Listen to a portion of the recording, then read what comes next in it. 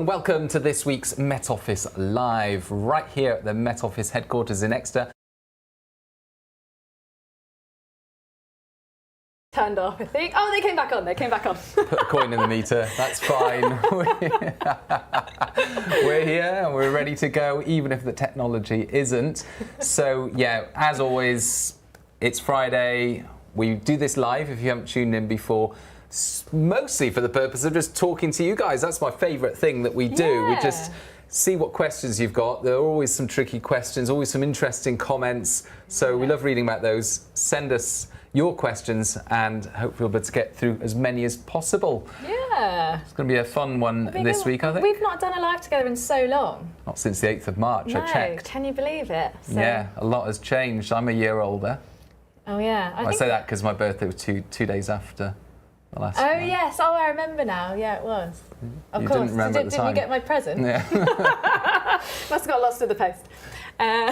So, yeah, it's been a while. We have seen each other, of course, in the office. But we try not... to avoid each other, but it's impossible. Went through a run of doing every live with Alex Deacon and then every live with Alex Burkill. Yeah, and now you've finally got the best presenter there is. So. That's what they said, funnily enough. Yeah, so we are here to answer your questions. We'll be asking each other questions as well. I've got the quiz. Yes. Which is on the theme, because I haven't told you this. Tell me, it was top secret. I haven't told you because I thought if I tell you the theme, you'll just watch the videos and you'll know all the answer. I thought it'd be more fun. Although I imagine you've already watched the videos anyway, because they're our own videos. I made them. Yeah, I watch every single one of your videos as soon as they come out. So the theme is what if, right? And these questions will be based on the theme of what if, and there was a series of 4 videos that I and a few colleagues made last year or the year before on what if various scenarios happened, meteorological scenarios, what if the Earth spun the other way, what if the oceans lost all their salt, and what would happen to the weather and climate. So if you've watched those, you're in a great position I have seen some of those. to answer, and likewise with you at home you can play along. So we'll be covering that, but of course this week it's all about the heat. Yes. So we're going to be talking about that again. Do you know what, looking back at Weather Studio Live through the summer, it seems to have gone hot weather, thunderstorms, hot weather, thunderstorms, nothing to talk about, big storm, and now it's back on the hot weather theme. Yeah, I know. It's crazy, isn't it, how up and down this summer has been. I know. What have you been up to this week? Not loads. What did I went to Cornwall over the weekend. That was very nice. Of course, then we had the storm, but I came back in time before that hit, and then I've just been working. But I made muffins for everyone today, didn't I? You did. I haven't had one yet. You normally miss out on my baking because we don't do the live together. But what about you? I had Wednesday off. Went to Sidmouth Folk Festival. That was fun. You did? With the kids. Was it a wild time? It was. Yeah. It's about as much of a festival as I can do these days. And we've been, it's been a turbulent week, hasn't it? It's not been as exciting as our colleague Greg, of course. Yes. Who had an extraordinary time up near Svalbard on a trip. He was lucky enough to spot some polar bears. Take a look at this picture. It is phenomenal.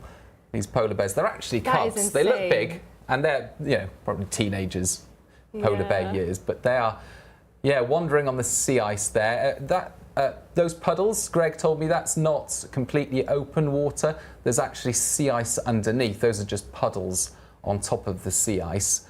And those cubs, one of them, or possibly both of them, have just come from eating a walrus. Oh my gosh. Apparently. But yeah, he was on a research, kind of a research trip. Lots of scientists involved and doing interesting citizen science, geologists and other scientists. Sounds like he had an amazing trip and was lucky enough to see that picture of those polar bears. Because I was in Canada not that long ago. I was really excited to tell everyone that I saw some brown bears. Then Greg comes back off leave, tells us he sees polar bears. Totally trumped my story. I know. I haven't seen any pictures of your brown bears. No, I haven't. No, I haven't shown any pictures. At the moment, it's just what I'm telling everyone. But I do have pictures and videos. Okay. Well, Greg's pictures of polar bears. I know. He brought pretty special. He brought the evidence. But he is a cameraman, so yeah. But of course, we started the week with Storm Floris. Yes, it was quite busy, wasn't it? Yeah, it was exceptional storm, one of the strongest summer storms on record. Yeah. And we say that because, of course, Northern Ireland and Scotland both recorded their joint record wind gusts. That was 69 miles an hour in Orlock Head, Northern Ireland, and 82 miles an hour, I believe, in Wick in Scotland. Both of those equaling their August record max wind gust. I know. Which is extraordinary. So no wonder there was all that disruption across northern parts of the UK, loads of trees down, branches down, causing all sorts of rail disruption and traffic disruption and so on, and power cuts as well, widespread power cuts, one of the worst storms for power cuts across Scotland, according to our colleagues. So what a storm that was. It just, you know, for the fact that we hadn't had a storm at all, a named storm since Airwind back in January, we've gone through all this time with high pressure often dominating the weather, and then this one just spun up, got on the sweet spot of the jet stream, spun up just as it hit the UK. Yeah, because we noticed it quite early on, didn't we? I spoke about it a little bit in my deep dive, and there was still a lot of uncertainty as to whether it was going to be as intense as some of the model runs were looking. But in the end, it did actually come off, and then I think we started speaking about it earlier in the week. We named it Friday, and then Monday it arrived, didn't it? So, yeah. Thankfully, no storms like that on the horizon. No. There is something coming along. Dexter, we'll be talking about that. An ex-tropical storm. It's getting to that time of year when the Atlantic hurricane season starts waking up a bit more, and those can affect our weather in different ways, as we'll see with Dexter. Exactly, but this week it's all about the higher temperatures. Yes. Anyway, before we get into all that, lots of interesting questions already that I'll just bring up now, and I've lost them Martin too. Baines, who turned off the lights? So far, we we're were just trying to scare you. Are the gusts we've had this week the result of Storm Floris, or are they caused by something else? Lily, I'm assuming you're perhaps further north across the UK, has been fairly blustery Wednesday, Thursday, and that's not Storm Floris. Storm Floris actually moved away very quickly. By Tuesday, it was well into Scandinavia. So the gusts we've had over the last few days across, especially northern parts of the UK, have been another area of low pressure, which is headed further north. It's been closer to Iceland, but still, we've had these tightly packed isobars across northern parts of the UK. Yeah, it's really the northwest that's drawn the short straw this week, really. Lots of wet and windy weather, obviously not quite as intense as the beginning of the week with Storm Floris, but it's kind of upheld that kind of wet and breezy weather, and that's still kind of the case over the weekend as well for a time. So, the northwest of the country is getting all the bad weather, I'm afraid. Now, John Van Eminis, what does the phrase longer spells of rain in a returning polar maritime air mass mean? Oh, longer spells of rain. That is a classic phrase of mine, showers or longer spells of rain. Because there's actually a big debate sometimes if you speak to meteorologists, whether it's, particularly as a front moves through, whether you call them showers or outbreaks of rain, because showers usually are more convective kind of types of precipitation, whereas spells of rain are actually frontal systems moving through, but sometimes within those fronts you can get convective cloud and they bring heavier pulses of rain, and they're technically showers, but depending on who you speak to at the Met's office, there's different opinions there.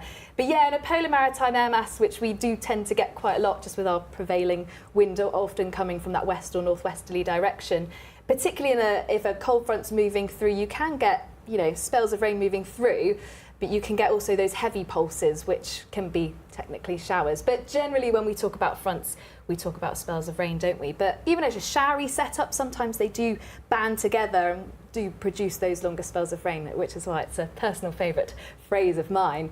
But yeah, technically showers and frontal rain are different things, but as I say, sometimes you can get occlusion features, organised bands of showers, and then they kind of, rather than popping up in different places like showers can do, they'll move through in a more organised manner, don't they? Longer spells of rain. Samuel Nana says, big fan of the show. Thanks for watching, Samuel. Can you explain why it's always warmer in the southeast and the London area compared to other parts of the UK? Well, it's not always warmer. No. There are certain situations where it's warmer in other parts of the UK. More often in the winter, actually. There are other parts of the UK that are, in certain situations, more favoured for warmth. But it's true that it's the hottest place in the UK in the summer, it's the place that's more likely, certainly when you're looking at the weather coming up next week, to experience heat. There's probably a few reasons for that. One of them is that it's closer to the continent and has less of that tempering influence from the ocean compared with, say, western parts of the UK, Cornwall, Scilly Isles, areas that are much more surrounded immediately by water, will have that cooler sea influence. Another reason is that it's kind of a large area of relatively flat ground, so that tends to help it build up heat in the summer. It hasn't got kind of the cooling effect of large, higher mountains and hills and so on. So there's a few reasons. Further south, obviously, you get stronger sun than northern Scotland. Obviously our prevailing wind direction is a westerly, so we get more cloud fronts coming through here, more rain, so that means temperatures don't get quite as warm in these in these areas, and then as those systems move towards the southeast, they do tend to ease away and the cloud kind of tends to lift and break a bit more, so you get a bit more sunshine. You get the urban heat island effect as well in London, obviously, and you get that in other cities as well, but London and southeast in particular, as well as all the other factors, you've got that on top of it as well. So yeah, well, it tends to be warmer and drier compared to average, but as Aidan said, it very much depends on the kind of synoptic pattern that we're looking at the time. Paul Skilling wants to know if there's any storms forecast next week. Is there? We'll see. I'm guessing you're going to answer that at some point. I can answer that if you want. Well, we spoke about it a little bit in my 10-day trend, but at the time we weren't sure if it was going to be quite as intense as perhaps Floris was. It was unlikely at the time on Wednesday, and at the moment Dexter, which is the one we're talking about, a small scale, an area of low pressure, moving its way across the Atlantic towards the UK, similar to what Floris did, but the setup is different, so it's not going to be as intense, it's not going to create those strong winds that we saw earlier in the week. So there is potentially an ex-tropical storm on its way, but it's not going to be quite as severe as Floris before anyone panics. Lots of people are asking about whether there's going to be thunder in Skegness. Separate people asking about thunder in Skegness. Got a big Skegness fan of the thunderstorms. Thunderstorms. Okay, interesting. Everyone's asking it now. Okay, brilliant. Now, well, we'll answer that one later. It's about the heat wave. And sorry, just scrolling to the comments and questions. I can't find anything sensible. That's okay. I love the silly questions. It's all about Skegness. Is it? We could take a look at Skegness. Why not? There was a question. Let me just get back to the list of pre-prepared questions. There was a question that I was going to answer. Okay. Which is, someone's asked about if we're going to get a bad winter. Tom Dixon, are we going to get a bad winter? Too early to tell. Depends on your definition of bad, of course. Yeah. If you mean cold or wet, whatever you mean, it's a bit too early to tell. Connor, when will Storm Gerben come? Is Gerben the next name in the list? I've lost track. It must I'm guessing if Connor's asked about that. The bigger question is, will Storm Gerben ever come? Because we've only got 3 weeks left for Gerben to make an appearance before there's a new list, 1st of September. That's why I'm hoping that the answer's no. Yeah. Because I know we're going to be creating lots of content around our new storm names. So if a new one pops up, it might create some tricky conditions for us. But I'm not actually sure what G was. But yeah, if you're saying Gerben, then that would technically be the next one. Double check in a moment. Yeah. And no signs of it yet. A few people asking about weekend weather. Oh, okay. So it's fairly mixed depending on where we are, but should we take a look? Shall I go up to the board? I've been sat down for too long, so let's take a look at this weekend's weather, because it's very dependent on whereabouts you are actually. Here we are on Friday, this Friday afternoon. I'm just going to switch off the jet stream for now. And as I kind of mentioned earlier, it's really the northwest that have caught the short straw over the next few days. Notice the amount of isobars on the chart here. That means it's tending to be quite windy, quite blustery at times, particularly around exposed coasts. But further south, notice those isobars spreading apart, so winds much lighter. There's a bit more sunshine. Things generally feeling a bit more pleasant if you're a fan of the sunshine. Now, if we skip forward to Saturday, similar kind of time. As Aidan mentioned earlier, we do have this area of low pressure just to the southeast of Iceland, northern parts of the UK, and that is swinging in this cold front. So at times, this could be actually quite a blustery, squally feature. So you might get some of those, what we were talking about earlier actually, those quite intense kind of showery outbreaks along this feature as it moves its way through. So it's probably going to be later tonight through the early hours of the morning. It will start to push into northwestern parts of Scotland, Northern Ireland, and then eventually into northern parts of England. But it tends to weaken as it moves its way southwards. So by the time it starts to push into northern areas of England, it'll ease away, but it'll bring in cloud, and there is still a risk of showers there. But behind it is quite unstable. So across Scotland, Northern Ireland, there's still a risk of showers, blustery showers through much of the day. But notice to the south, we've got high pressure. So actually, much of England and Wales are going to see fairly settled conditions, dry, bright, plenty of sunshine, warm sunshine as well, as we head through into Saturday. So almost a bit of a north-south split, but much of England and Wales, actually Saturday, are going to have quite a nice day. And Sunday, once again, just bring that a bit more forward, we can really see that high pressure building in the south. This area of low pressure here, that's ex-tropical storm Dexter, which we've mentioned earlier. Now, compared to earlier in the week, I mean, there was still a low chance of it being intense anyway, but even now, if I drift this forward to later Sunday, it's not really becoming quite as intense. Notice the isobars aren't really too close together, so it's possibly going to bring in some rain later Sunday through into Monday, once again across the northwest.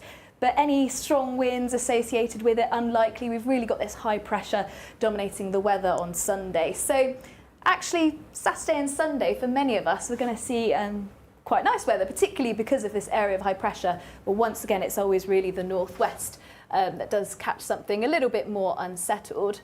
So if we just look at the detail there, I pressed the right button this time. This is the one I always get wrong. But Saturday, if we just show you here, like, we can still see those showers on Saturday. Once again, mainly Scotland, Northern Ireland might pick up one or two. And notice there's just a few bubbling up here across England and Wales, but they should be quite isolated. The bulk of the showers are really going to be across Scotland. But particularly across this south and southeast, that's where we'll see the best of the brightness. It will feel warm in that sunshine on Saturday. And temperatures are only going up over the next few days, as we'll talk about in a bit more detail in a moment. But Sunday, once again, it's fairly similar to Saturday, but perhaps a slightly better day on Sunday for parts of Scotland, Northern Ireland. There's still going to be that cloud there and still a risk of those showers, but it's probably not going to be quite as intense as what they're looking like on Saturday. So weekend weather actually looking quite nice if you want it to be dry. Not everyone always does, but yeah, it's just the northwest that we need to keep an eye on with some squally showers. And it's starting to warm up at that point, isn't it, as well? Things are starting to warm up, yes, from Sunday. And the real question is, are we going to see the fourth heat wave of the summer? Now, let's not forget, for it technically to be a heat wave, we do need to see temperatures of between 25 to 28 degrees Celsius, depending on your location in the UK. So a little bit higher across central areas and parts of the southeast. And we need to see those temperatures or higher for 3 consecutive days. Now, temperatures look like they're on the up from Sunday onwards, but there's still a little bit of a question mark as to how long the heat could last. Nevertheless, whether it's a heat wave or not, temperatures are going to be on the up. So here we have temperatures compared to the climatological average here in the UK. And you can see already from these charts, these are daytime temperatures along the bottom from Sunday to Wednesday, and these are overnight temperatures from Sunday night through into Tuesday night. So it's not just the days that are going to be warming up, it's the nights as well. And you can see quite clearly already day-to-day temperatures are on the up, shown by these slightly darker red colours. So initially on Sunday, the bulk of the heat is going to be across central England, parts of the southeast, East Anglia, London in particular. We're going to start to see temperatures pushing through into the high 20s. And then from Monday onwards, there's a good chance that we'll start to see temperatures push into the low 30s as well. Once again, initially across central parts of England on Monday, parts of the southeast, but this time pushing a little further north, parts of Yorkshire, Lincolnshire too, could start to see those temperatures push up into the high 20s. And then we really do see that intense heat push through on Tuesday. That's likely going to be the peak of the heat, Tuesday daytime, where we'll start to see those temperatures around 30 degrees, if not a few degrees more. Probably around a 10% chance that we could push up into 34, possibly 35 degrees Celsius. And similar on Wednesday. After that, there's a little bit of model spread, a little bit of uncertainty as to if we're going to see the heat continue or if we're going to see things perhaps turn a little bit more towards average for the time of year. Nevertheless, though, the temperatures are on the up, and not just during the day, but overnight as well. And we're going to start to see humidity increase too. So by kind of Monday night, Tuesday night, a chance actually, particularly around London, that we could see a tropical night. And that's when temperatures don't drop below 20 degrees for a full 24-hour period. And if it's quite humid as well, it doesn't make for the most comfortable sleeping, particularly if you're in the southeast. But how hot is it actually going to get? Let's take a look at that. And we can use our what we call box and whisker plots to kind of take a look at that over the next couple of weeks. And we've used these before on lives, we've used them in quite a few of our videos, but essentially the longer the box, so these red boxes are daytime temperatures, the longer the box, the more spread there is in the models about what exactly that maximum temperature is going to be. But if the boxes are quite short, there's actually quite a lot of agreement. So Monday, for example, this is Reading in the south, we can see on Monday that box is actually quite short, so temperatures are likely to be in the mid to high 20s. Then as we head into Tuesday, a bit more spread, a bit more of a longer box, so still a little bit of uncertainty as to what the exact highest temperature is going to be. But some models are indicating that we could get kind of 31, 32, possibly a degree or two higher as we head into Tuesday. And as I say, that's likely to be the peak of the heat. And it's not just across the south or northern areas as well are set to see an increase in the heat, perhaps not pushing into 30 degrees, but certainly the mid to high 20s as we head kind of early into next week. And then, as I say, from Wednesday onwards, we see a bit more of a spread in those temperatures, so a little bit more of a question mark as to how long that heat's going to last. But certainly Monday, Tuesday and possibly Wednesday, we're going to see that heat increase. And the question is, I suppose, why? Why are we starting to see this kind of return of the heat? And it's all to do with, well, it's a few things actually. It's day-to-day heating. So day by day, obviously the surface, the air is already hot. And then if the next day is hot again, that just adds to the heat that was already there. We also have high pressure dominating the weather, and in a high pressure situation, generally the air is moving down, and as it does so, it compresses. That creates heat as well. So it's all about subsidence. So you've got day-to-day heating, you've got subsidence. And not only that, but by the time we reach Tuesday, we do actually see a slight change in our wind direction as we see a shift in where that high pressure sits. And we start to pick up a bit of a southerly, southeasterly wind as well. So then we start to pick up that quite warm air across Europe. Obviously, there's heatwave conditions across much of Europe at the moment. So with that change in wind direction, we're also expecting more heat from Europe too, particularly on Tuesday, where we are expecting the peak of those temperatures. So there's a few things going on, which is why temperatures are starting to increase. But obviously, as I said, for it to be technically a heat wave, we need to see those hot temperatures over 3 consecutive days. So it could be a heat wave, or we could just see an increase in the heat, but nevertheless, it is certainly going to be feeling warm, and many of us are going to be seeing plenty of sunshine. Wow, very interesting. There we go. Yeah. Just when you thought that summer was over, we had the first storm for a long time. Now we're back talking about heat, whether it's technically a heat wave or not. It's certainly going to be a hot spell, isn't it? Yeah, exactly. I'm looking forward to it. I like the heat. But it could actually lead to some interesting weather as well, because we're looking at a risk of thunderstorms, aren't we? Yeah. Because obviously with that heat, we get a build in humidity. I'm doing it wrong again. Here we go. We get that build in humidity, and particularly across the south, things are starting to get quite warm and humid. I don't think they really show up too much. There's a few kind of blue blobs there. But with that increase in heat and humidity, there is a chance we could also see some thunderstorms associated with that. So it's not only going to be you know, it might not necessarily be warm sunshine. We might start to pick up some convective cloud, possibly some heavy showers or thunderstorms. And obviously, if we start to see that cloud build, that stops temperatures getting quite as high, which is also something tricky when trying to forecast the absolute maximum temperature. So we might start to see that cloud build a bit more on Monday. That might just offset those temperatures a little bit and gives us a risk of thunderstorms. But once again, most areas should see lots of dry and fine weather. While you're there, Wild Violet has asked, are we getting high heat in Yorkshire? High heat in Yorkshire. It certainly looks like things are going to start to increase. What I'll do is I'll get up some maps just so you can see that kind of heat building day on day. But across Yorkshire in particular, yeah, Saturday and Sunday, it's probably not going to get quite as hot as compared to parts of the southeast. But if anything, it's a little bit more pleasant, isn't it, when it's kind of low to mid-20s? So you've probably got some quite good conditions, really. But yeah, Yorkshire in particular, it's likely we'll start to get into the mid-20s, certainly on the weekend. Monday, Tuesday, let's go forward to Wednesday. And even Wednesday, yeah, perhaps mid to high 20s. I suppose there's a low chance that heat might just push up into Yorkshire and you'll possibly get an isolated 30, depending on whereabouts that heat advex towards. But yeah, definitely some heat on the way over the weekend and into next week. Things are just going to get warmer day by day, aren't they, up until about Wednesday. Speaking of getting warmer, it's also turning hotter in Greece. Tom Dixon was asking about Greece because he's off his holidays soon. Oh, I'm going to Corfu soon. Oh, are you? Yeah. Well, it's pretty hot there. Well, it's hot there anyway in August, but it's going to be above average temperatures across Greece. Heading into this weekend and early next week, it looks like temperatures will be well above average across that part of Europe. That can also lead to strong winds. So there's this weather phenomenon in which heat builds over Turkey. You get this low pressure forming inland over Turkey, and because of the circulation of that for the Greek islands, it can turn windier. And certainly it tends to be quite breezy in the summer months. Are you having fun over there? I'm just trying to, I always feel nervous when I'm using the touchscreen in front of you because you've I know, you're doing it all developed wrong. a lot of It's embarrassing. and I get worried that I'm pressing the wrong button. But anyway, you keep talking. Tell me what you're trying to do. And I was just trying to get up a temperature map. Oh yeah, click on one of those. Yeah.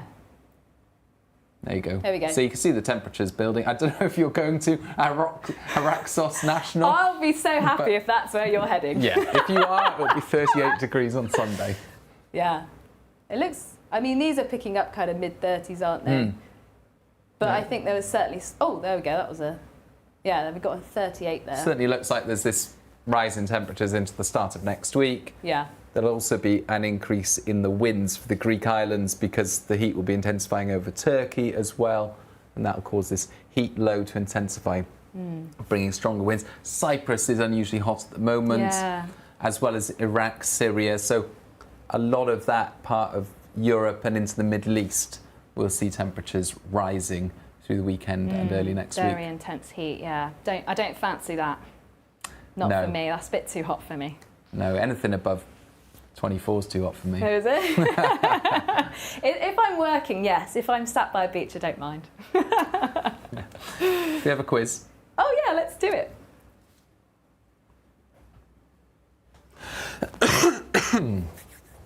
Oh.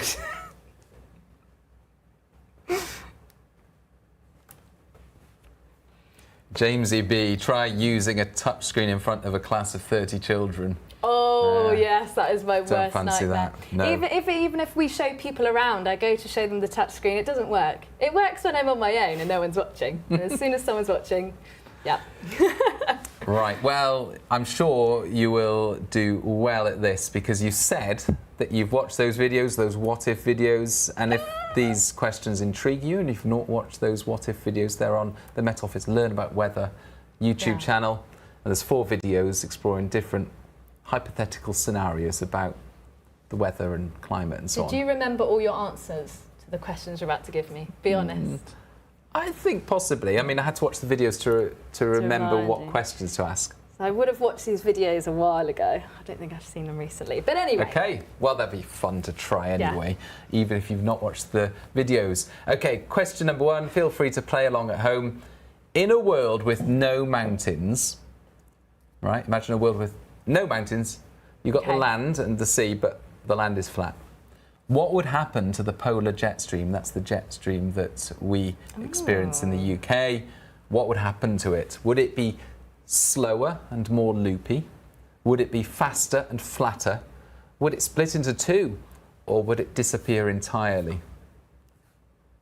So if there are no mountains, how would that polar jet stream, our own jet stream, behave? Would it become slower and meander more across the northern hemisphere? Would it become flatter and faster? Would it split into two or disappear entirely? Ooh. See what people are saying. Yeah, okay. Oh, that's a good question. I don't remember this video, actually. I remember watching the oceans one.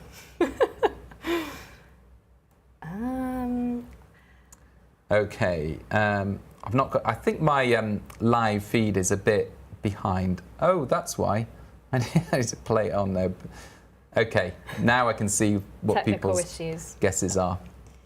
I'm leaning towards B because I'm assuming, just thinking about in terms of like friction, Yeah, there would be less in the way.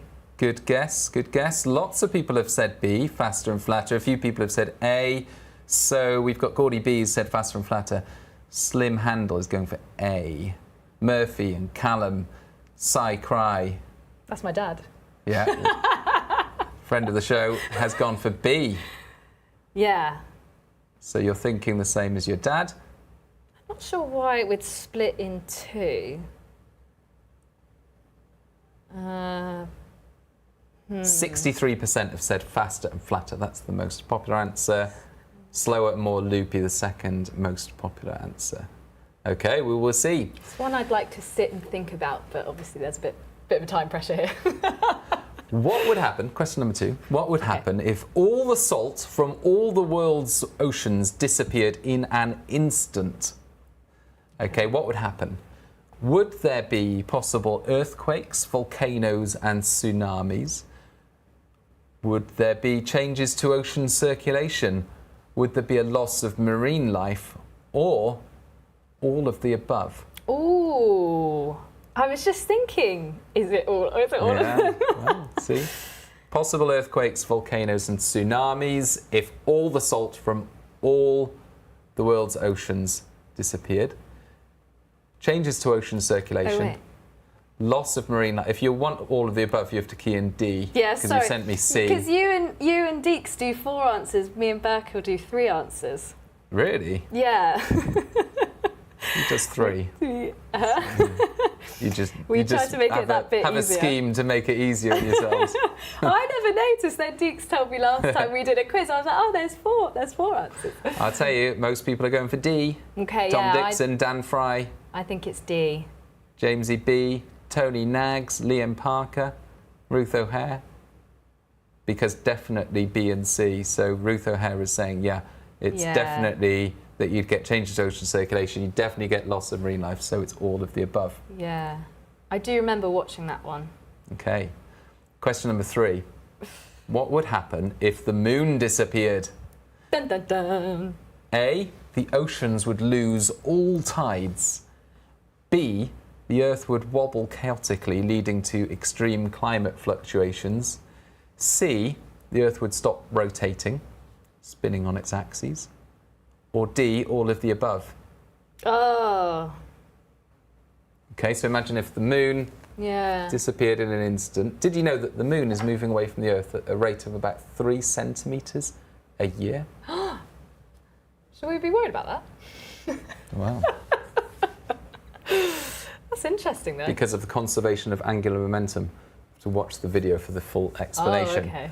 But basically, it is moving away. It's been moving away for the entire time, so it used to be much closer to the Earth. Oh. And the day length of the Earth used to be much shorter. Yeah. So the Earth's spin is slowing down and the moon is moving away. So our days are getting longer very gradually over years and decades and millions of years. Ooh, so I'm leaning towards A, but now I'm not sure if it's all of the above. Lots of people saying A, a few people saying D. What was A again? The oceans would A lose was all the tides. What? Can you repeat B and C? And then I'll commit. The Earth, this is B, the Earth would wobble chaotically, leading to extreme climate fluctuations. And C is the Earth would stop rotating. So it would lose its spin, it would stop spinning on its axes. Okay. I don't know. The difference between B and C, by the way, if you're not sure, is that in B, it's wobbling on its axes. So sometimes the axes would be kind of like pointed towards the sun. Sometimes it would be perpendicular to the sun. And then C is where it's rotating around its axes, hence the day-night thing that we get. Okay. I'm not happy with my answer, but... The result is in. Most people said the oceans would lose all tides. 55% said that. What did you say? I said that. I've gone You for said A. that? Yeah. Right. Okay, we'll see. Okay. We'll see. And then D was the second most popular, all of the above, 29%. Question 4. What would happen to the Florida Everglades if the Earth spun the other way? Oh, okay. What would happen to the Florida Everglades if the Earth spun the other way? A, they'd freeze over. B, they would sink under rising seas. C, they would dry up. Or D, they'd be buried under desert sand blown in from the Sahara. No idea. Don't remember that one. Florida Everglades, obviously quite a humid climate, lots of water around. Would that water freeze over? That's A. Would the Everglades just sink under rising seas? Would they just dry up? Would it become a desert climate? Or would they be buried under desert sand blown from the Sahara? Can I quickly watch the video? No, I'm not sure with that one. Liam Parker's gone with A. Freeze over. Don Maish, B. Jill Swift, C. Brucey Duffy, C. I'm just going to go for Universal a guess. Cat guessing dry up.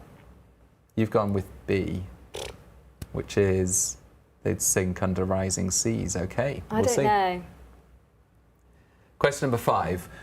What would happen to the Mediterranean in the winter if the Earth spun the other way? A, Okay. it would freeze over.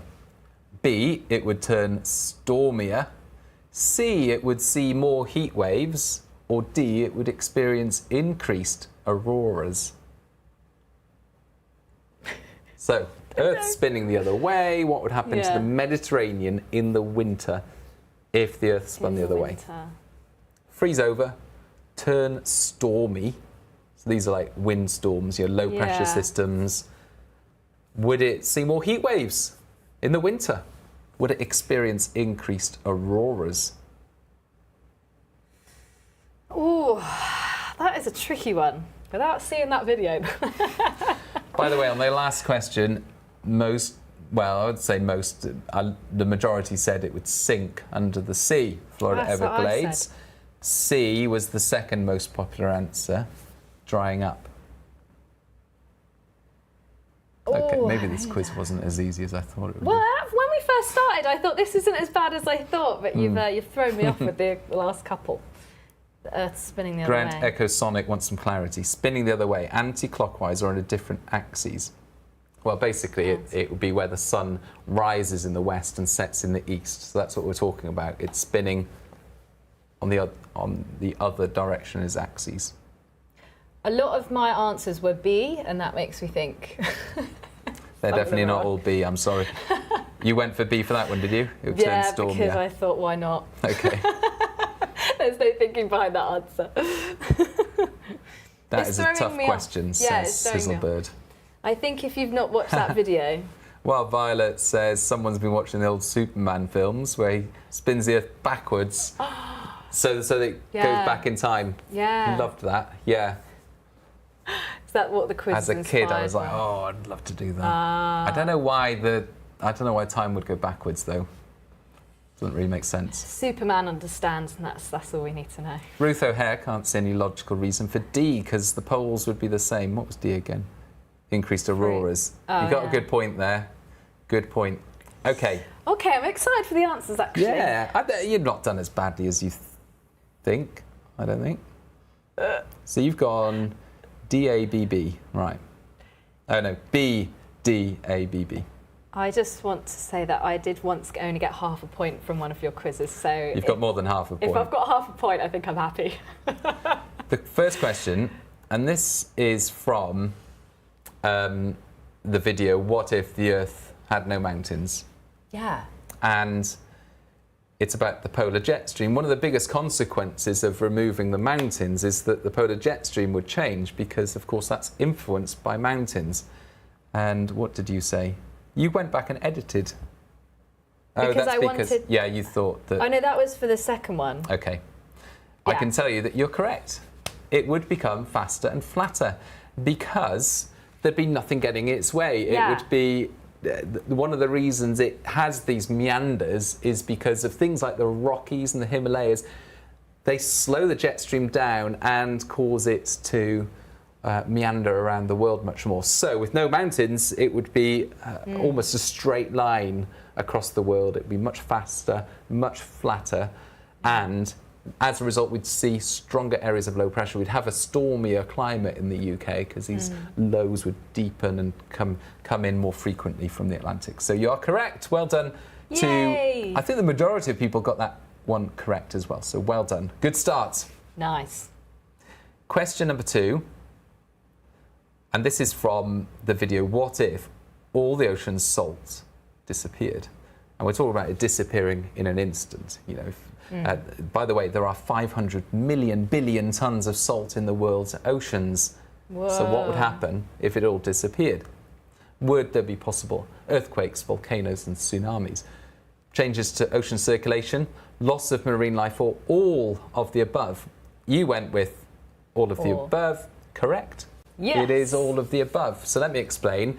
If you remove that much salt from the oceans, then suddenly the oceans weigh a lot less. That's 50 billion tons of salt. They weigh a lot less.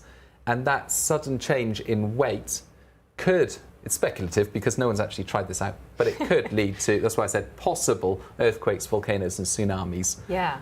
You know, it could lead to big disruptions to the tectonic plates. Then also changes to ocean circulation. That's correct as well, because the salt is one of the main drivers of the ocean circulation. The differences in salt from one part of the ocean to the other, that's one of the fundamental driving mechanisms for ocean circulation. Loss of marine life, of course, that's correct, because saltwater fish, they'd almost all die out. Yeah. And then all of the above, because all those things would happen. Yeah. So congratulations. Yay. What would happen if the moon disappeared? This is when I really doubted my answer. You went with A, which is what 55% of people at home went with. But it's not A. Is it all of them? You know why? So it sounds like it would happen. The oceans would lose all tides. But it's not just the moon that causes the ocean's tides, it's the sun as well. So the tides would become considerably less, but there'd still be some tidal influence from the sun. Oh, okay. So they wouldn't entirely disappear. That means it's not D either, all of the above. Yeah. So apologies if you got that wrong. Yeah. And then it's about whether it would wobble chaotically, leading to extreme climate fluctuations, or would it stop rotating? It wouldn't stop rotating, it wouldn't stop spinning on its axes. No. But the axes would chaotically wander because the moon is a stabilizing influence. You know, it keeps the axes relatively stable at around 23 degrees.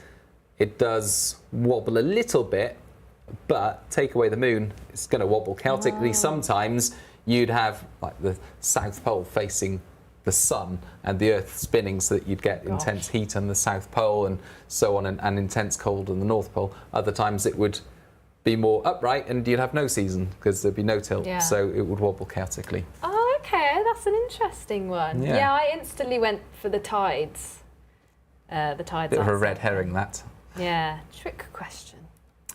What would happen to the Florida Everglades if the Earth spun the other way? The next two questions are based on the video. What would happen if the Earth spun the other way. I've not seen that one. A lot of the information in this video is based on an interesting study back in 2018 done by a team of researchers at Max Planck Institute in Hamburg. And what they did was they ran a computer model 7,000 years into the future, in which they had one Earth spinning normally and the other Earth where it just span the opposite way, and had a look at what happened. And the climates all around the world changed. So what would happen to the Florida Everglades? You said I guess B. Was it B? B, yeah. They would sink under rising seas. It sounds plausible. It's not correct, I'm afraid. They would, in fact, dry up. It would turn into a desert. Yeah, so a lot of places around the world, they'd become the opposite of what they are. The Amazon would turn into a desert. The Sahara would turn into a tropical rainforest because, of course, you've got all of a sudden winds going in the opposite direction. You've got opposite climates happening. The UK would become incredibly cold if the Earth spun the other way, because our prevailing wind would come from the east. So, yeah. Constant beast from the east. Congratulations if you were one of the fewer people who got that right. What would happen to the Mediterranean in winter if the Earth spun the other way? And you went with B, it would turn stormier. Yeah. Correct. Is it? Yeah. Yeah, because interesting things happen with the Mediterranean. Whilst it turns cold in the UK in winter, really cold, it's actually relatively settled because we're no longer influenced by the Atlantic jet stream. But there's another jet stream that establishes over the Middle East, believe it or not, and then runs through the Mediterranean, bringing deep lows in the winter. So it actually becomes really quite unsettled and stormy in the Mediterranean in winter. That's the path of the main jet stream then, that goes from the east to the west rather than the west to the east. So, yeah, I don't expect most people at home to have known that unless, of course, you watch the video. But, yeah, check those videos if you want to find out more. Do you know what, Aidan? I really enjoyed that quiz. I wasn't sure. Well, that's good to hear. I was going to. I really liked that one. That was a good one. I've lost count. What did you get? 1? I got 3. Brilliant. That's respectable. That is. Thank you. Thank you. Glad a lot of people got 3. Tony Naggs, Pete Stevens. Murphy got 4 out of 4 out of 4. Maybe you only answered 4 questions. Oh, Murphy 5 out of 5. Why? They're all saying 3 out of 4, 4 out of 4. Oh, I'm not caught up there. Okay. Now I'm caught up. So Helen Lyons 3 out of 5. Murphy got 5 out of 5. Whiskey Celebration. Oh. Not too early, is it? Let's do it. Liam Parker 3 out of 5. Martin Baines 1 out of 5. Sarah Dale 3 out of 5. Wild Violet 4 out of 5. Pokemon unboxing 5 out of 5. Ooh. Very well done. Yeah, got quite a mix there of how many people got. Hope you enjoyed it. Yeah. Hope your score. I enjoyed that. All about the taking apart, isn't it? Rather than the getting a high score. That's what I said the other week when I got 1. Oh. Do you know, that's made me want to go back and watch those videos. I've definitely watched the ocean one. Right, that explains why you did well there. Yeah, but the Earth spinning the other way, I've not seen that one, unfortunately. Okay, just before we go, a few more questions that have come through. Okay. For the southwest area, is this heat wave going to last more than 5 days? No, but in terms of the official kind of heat wave definition, but it's going to be warm and mostly dry and sunny spells for more than 5 days in the southwest, right? So, you know, it's basically a nice weekend. That's why I've booked to go camping this weekend. Yeah. Perk of the job. Yeah. And it's going to continue into next week for the southwest. Just that chance of some thunderstorms Monday night into Tuesday, perhaps some showers midweek. But yeah, mostly it's looking like a decent week of weather if you're down in the southwest, or in fact across many southern parts of the UK, more changeable further north. And I quite like a thunderstorm. I'm never too disappointed when there's a thunderstorm on the cards. But I suppose if you're camping, that is a way to ruin it. James E.B., I think you overlaid rather than cut to the quiz. Could hear Honor laugh and Aidan cough and no music. Can't believe that. I was saving that cough for the music bit. Finally, my chance to have a bit of a cough. And yeah, that's normally our chance to have a bit. Because I laughed because I almost fell off my chair. So as long as you couldn't see us, I don't mind. Mental note, don't say anything rude during that musical interlude. Yeah, that's a good You never know who's listening. Well, that's probably enough from us, I think. Whoa, we're going to say, if If you haven't checked it out, Alex Burkill did a great video that went out on YouTube on Saturday. Yes. How we make a weather forecast. We've got a little clip from that actually that we can play. Before we predict what the weather will do, we need to know exactly what it's doing right now. We use a vast network of observations to tell us if it's raining, snowing, foggy, frosty, or all of the above if it's a classic British day. We collect detailed measurements like air pressure, temperature, and wind speed. Basically all the weather's vital signs. These are then quality checked and fed into our supercomputer as the starting point for a forecast. But, and here's the interesting bit, it's not just surface level data we care about. We need to understand the whole three-dimensional structure of the atmosphere.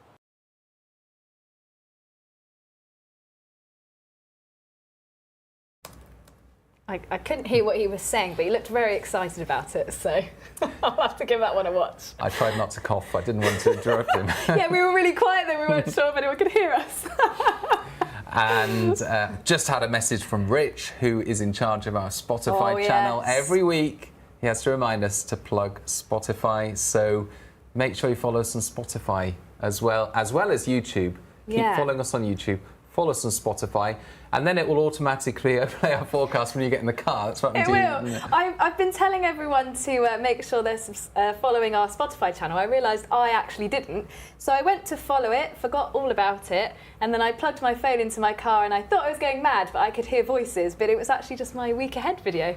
So I listened to that on my way home. So the neighbours saw you get in your car and then they thought you were shouting out a forecast while starting up your car. Yeah, you know. No wonder they've been giving you funny looks. Yeah, I think they think I've lost it, but they thought that a while ago. So, yeah, make sure you follow us on Spotify. There was one other thing I was going to say. Oh, yeah, watching that reminded me that someone asked a question about AI and when weather models on AI will be good enough for us to start using them. Well, our meteorologists upstairs are already looking at the AI models. There are lots of interesting things happening, lots of interesting developments. They're not good enough at the moment to completely replace what our supercomputer does, our traditional models, so to speak. And I've been doing a video looking at the pros and cons of AI weather models. And let's just say that there is some work to be done to improve them further, but they're part of the toolkit at the moment. They're part of the assortment of things that meteorologists are looking at on a daily basis. An ever-increasing toolkit, more and more data coming through. But yeah, it's interesting to hear about how they are built differently to traditional models and what they're good at and what they're not quite so good at. So yeah, that video will be coming out in October. Yeah. I'm having a lot of fun finishing that up at the moment. Yeah, so I'm looking forward to that we'll one. let you know when that lands. And that's probably enough, I think. 1:10 Oh my gosh, we've been babbling on. Let's stop right now and move on. Thank you for watching, and tell your friends about this. Get them to subscribe. But that's all. Bye-bye. Bye.